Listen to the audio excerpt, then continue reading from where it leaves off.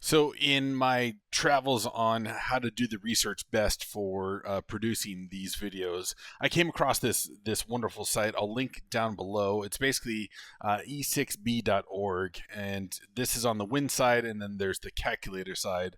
And this is a fun way just to find practice problems, and you can see down below the directions or the set of directions with which that we're going to follow. So, like I said, I've linked this down below, but basically we're just going to play around with our online E6B and play with these practice problems and really understand the wind triangle and figuring out our ground speed if we have a headwind or a tailwind, and then our true airspeed and all of that stuff. Okay, let's just jump right in. So for this one, we're going to be thinking about trying to find our ground speed in knots. So we have a wind from 030 at 27 knots and a course of 153 degrees and 179 true airspeed. Okay, so now we're going to follow the solution or the directions here. Our E6B style with a sliding card is with which what we have. So rotate to set the wind direction at 30 degrees under the true index pointer. So we have this rotating wheel of a compass card here. So 030 or 30 knots, or 30 degrees rather. I'm just gonna slide that up in there. Now mark a pencil for the wind speed 27 knots straight up from the center grommet. Now this slider can move about, and so for me what I like to do is either set it on 0 all the way down, which is hard to do, or you set it on the 100 and then literally just 27 knots straight up off of this 030. So 27, so there's 10, there's 20, 25, 26, 27. And the nice part about this calculator is that we can make these marks. So this now when you're actually using like your E6B, it's kind of hard to see because of the contrast, but you can actually take your pencil and draw a line, and then you can see the wind direction and stuff like that, or you can just use this online stuff. But okay, so now we've made the mark 27 knots straight up from the center grommet. Now we're going to rotate and set the course to 153, which is our course. So 153 is going to be all the way over here, and I'm just going to zoom in. So 150, 151, 152, and now 153. So there's 153, and we see we see this red mark over off to the side. So now we need to figure out what to do or how best to place the red mark. Okay, so we're gonna basically slide the card until the pencil mark is over the true airspeed at 179 knots.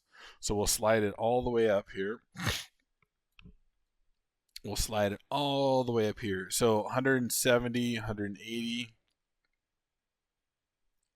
And I'm just going to pull it down just a skosh. So let's verify the scale. So 170, 175, 6, 7, 8, 9 is the last line right before 180 knots. Okay.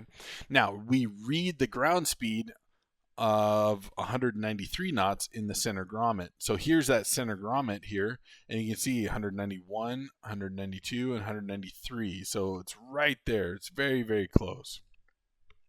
And that gives you the ground speed. So in this scenario, just big picture wise, you have wind from 030, which is over here, 030, and at 27 knots. And so basically you can kind of visualize this wind is a left quartering tailwind that is pushing you faster. So even though your airspeed indicated on your true airspeed indicated on your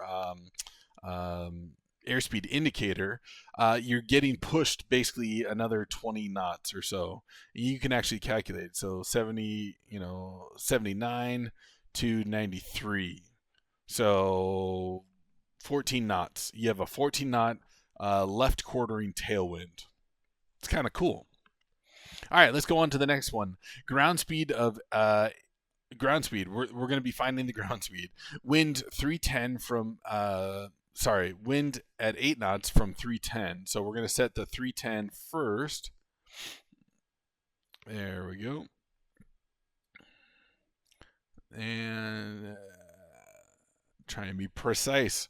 All right, so 310 and 8 knots. Again, now let's set 100 knots. Try and get right there in the middle. Looks good. And we're going up 8 knots up above that. So there's 10, 9, and 8. So it's going to be right about there. Now we have a course of 18 degrees. So we're going to find 18 degrees up top. And I should have gone the other way, but don't worry about that. So 10, there's 20, there's 19, there is 18 degrees. And we have 88 knots true airspeed. So we're going to slide the thing down to 88 degrees. So this is on 88. Now under the grommet is what our actual ground speed will be. So we're at 88 there. It looks like 85, 84.5. Yeah, they say 85. So yeah, that is now what we have in this scenario is we have a left quartering headwind that is slowing our speed. So even though, on the airspeed indicator it's saying 88 knots, we're actually going 85 knots ground speed. So we're 3 knots left quartering headwind would be the way to think about that. Okay, let's do a couple more just to kind of keep on getting more familiar with this. So I'm going to set this back to 0. And then, all right, so ground speed is what we're going for. Wind is 230 at 31 on a 242 course. So let's first set the wind. So 230 in under the true index. So 230 under the true index and 31 knots. So we're going to set the grommet again on that 100. And we're going to go up 31 knots. So we're going to call it just right about there. All right. Course is 242. So, whoops, I need to see the true index. Wow, that actually worked out perfectly. So 242, and then 140 knots true airspeed there. So then we're going to slide this up to 140.